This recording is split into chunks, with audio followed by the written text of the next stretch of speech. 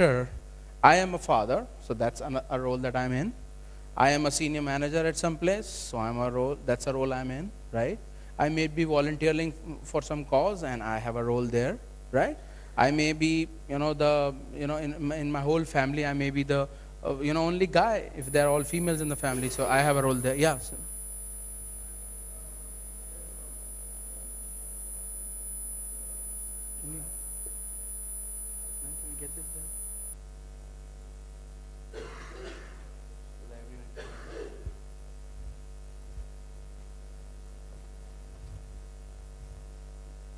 Thank you. I have read about Milgram, so I can add at least one point that you perhaps have missed here, and which is one of the key elements of the whole experiment. And the point is that it always happens in small increments of authority. So if someone right away told you to give, even a person of authority told you to administer a shock of 450 volts to another person, you would straight away refuse. But the whole point of the experiment was that it was incremental.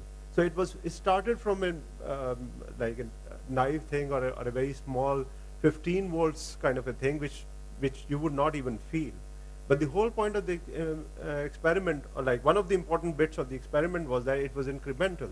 So you may have started with something which appeared to be harmless, but under the authority of the person, you would continue in that direction. It would, to a point where it would really, you would be doing it unconsciously, with small increments. Thank you.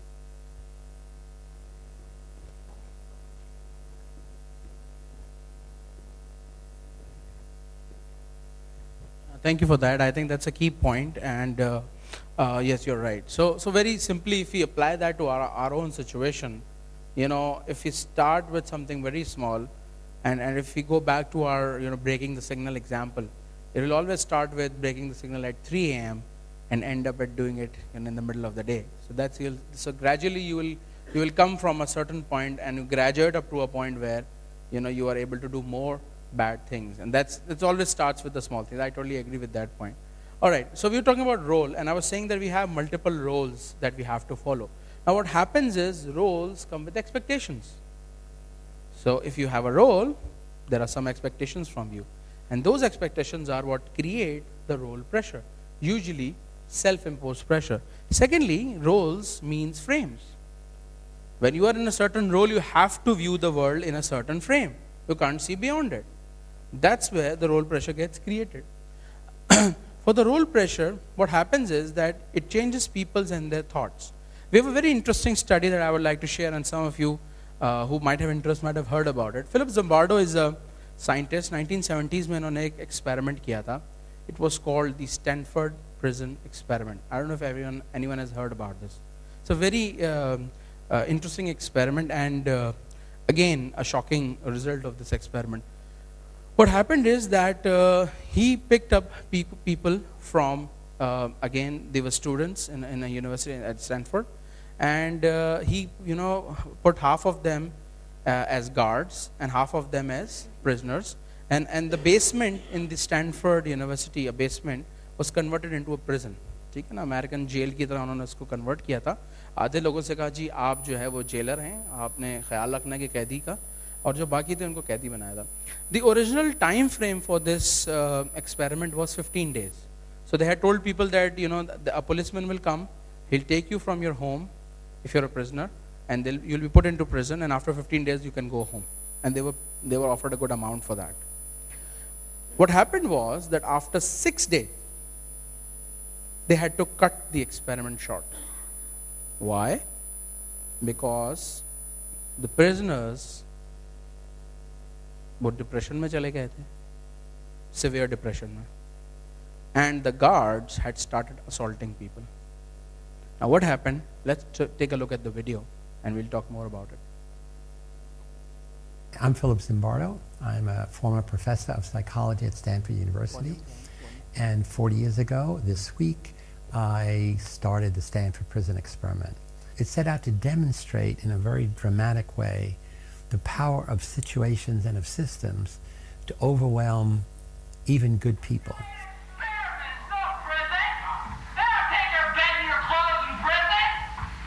We created a mock prison in the basement of the psychology department. We randomly assigned half to be guards and half to be prisoners.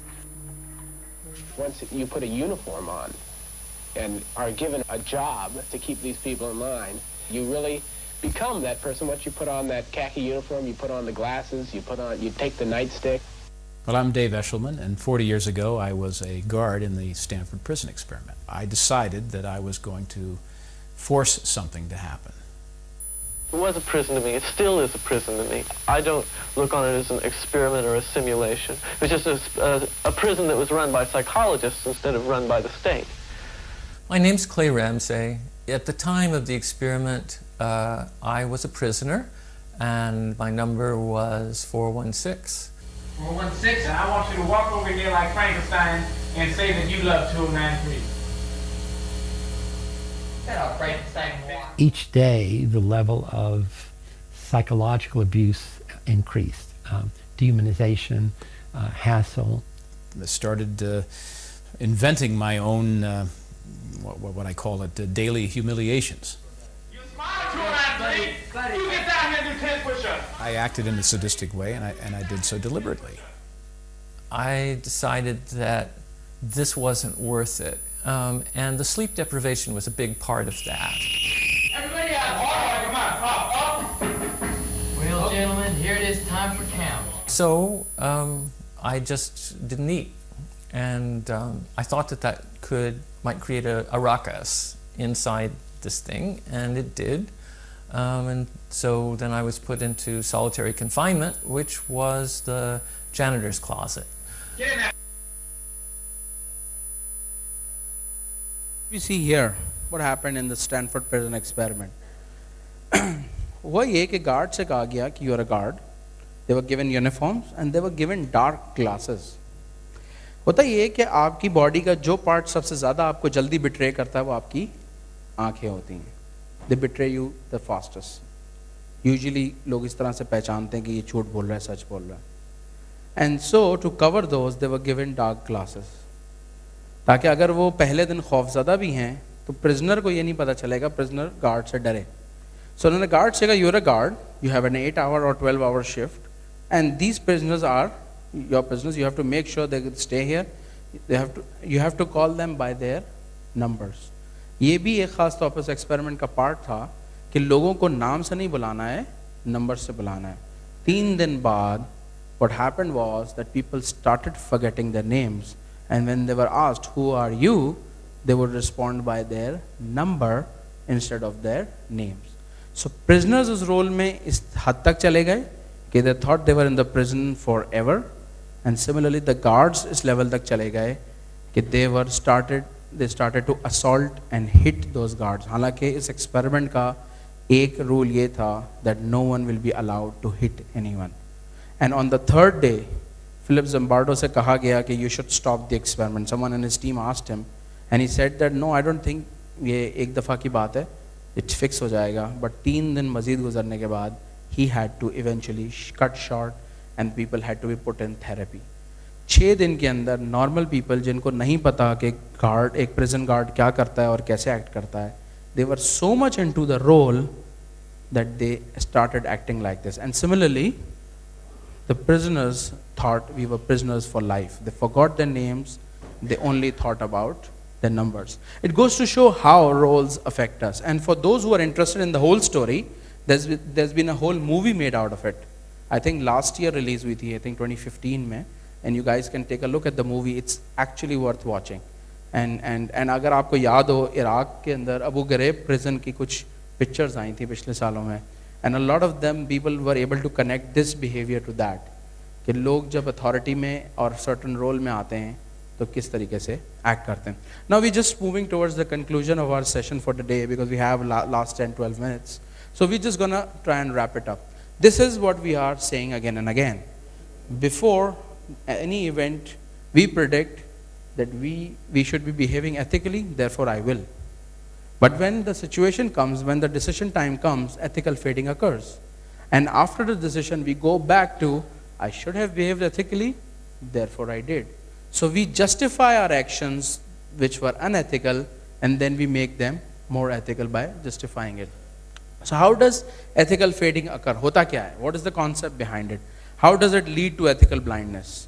होता ये है कि हमारी body, हमारे thought process, हमारा mind, we all have been given a survival mode. जब हमें भूख लगती है, जब हमें तकलीफ होती है, our survival mode kicks in and it wants to safeguard the body. हमारा mind बाकी चीज़ें भूल जाता है. एक शख्स जिसने 2 दिन से खाना ना खाया, उससे आप कहें ये मैथ का पजल सॉल्व करो, they won't be able to do it. Why? Because they're already in survival mode. They're thinking about food and surviving, and they won't be able to make a decision on a simple math puzzle. So that's what happens. Our visceral responses dominate when we make decisions. अच्छा, ये बहुत ज़रूरी है, हमारा survival pack होना बहुत ज़रूरी है. Otherwise, we won't take care of our own body and we would wither away. But what happens is कि यही हमारे साथ situation आती है जब हम organizations और decisions का part होते हैं. If you look back and let's talk about the Pinto case again, which Hasnain talked about. Pinto के case में क्या हुआ? What happened? What was the pressure? Avoiding market loss. It was the only car that could compete against Japanese cars. Now, if you look at Asian automakers, और आज भी अगर आप देखें, what kind of cars do we get? Japan से गाड़ियाँ हमारे पास बड़ी आती हैं, छोटी गाड़ियाँ आती हैं. They always prefer smaller cars, and that was the case in the 70s as well. तो Japanese automakers के पास छोटी गाड़ियाँ पहले से मौजूद थी, which were more fuel efficient. If you look at the Americans even today, you will see that they prefer longer, larger cars. At that time also they preferred that. So हुआ क्या था कि जब पिंटो से कहा गया जी छोटी गाड़ी की मार्केट में नीड आ गई है because fuel महंगा हो गया है, तो they panicked कि अगर हमारे पिंटो सक्सेसफुल नहीं हुआ तो हमारा मार्केट शेयर चला जाएगा.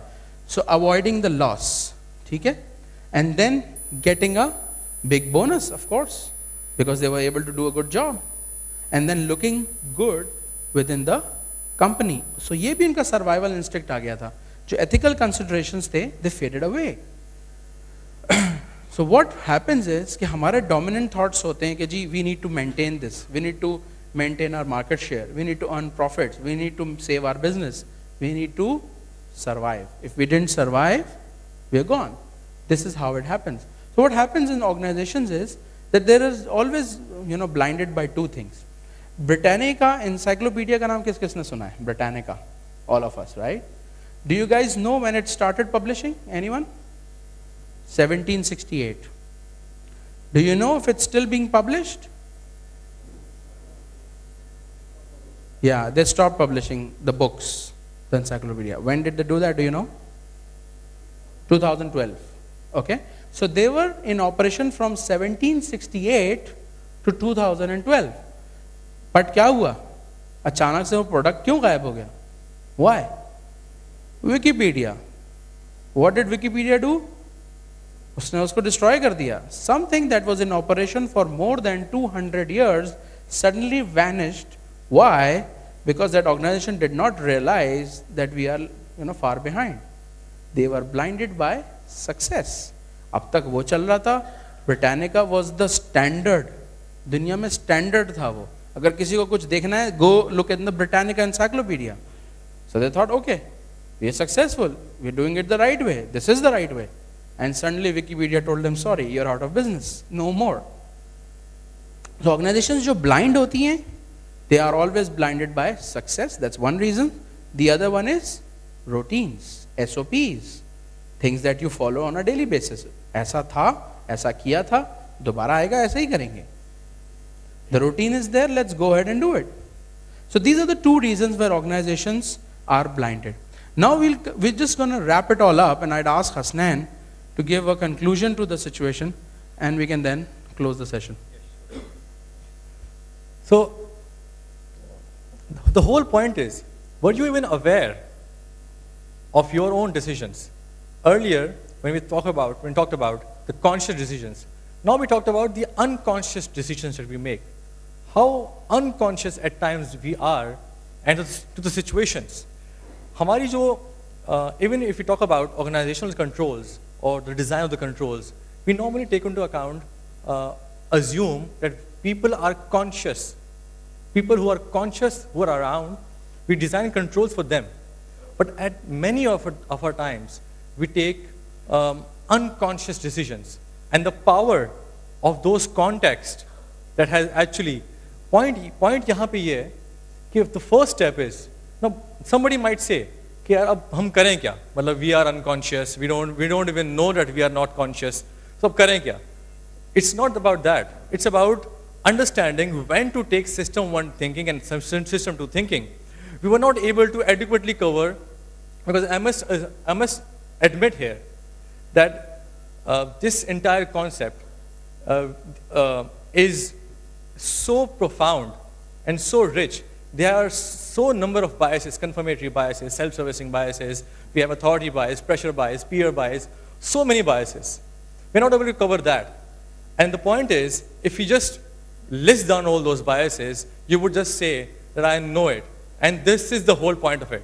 We can't just tell you about it. We have to give you an experience about it. We have to show that. I think for us, at the start of this course or the seminar, we carried out, we took your feedback, we filled out a questionnaire actually. 3 questions थे, और उसमें आप लोगों को शायद ये मालूम नहीं था, लेकिन आधे लोगों को एक क्वेश्चंस मिले, 3 अलग क्वेश्चंस मिले थे और आधे लोगों को डिफरेंट क्वेश्चंस मिले थे. And if you'd like to share the results of those questions. Yeah, what we did was that the scenarios were same, however we tweaked something in it for different people. So if you remember the questions, the first question was about the environment. Do you recall the question? The question was that there's a project and the CFO says, okay, I don't care about the environment and I will go ahead with it. Half of you got the question where we said that the project will help the environment. And the others were, जिनको ये कहा गया था कि जी ये project आपके environment को harm करेगा.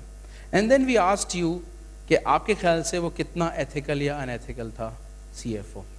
And the results proved what we expected it to prove.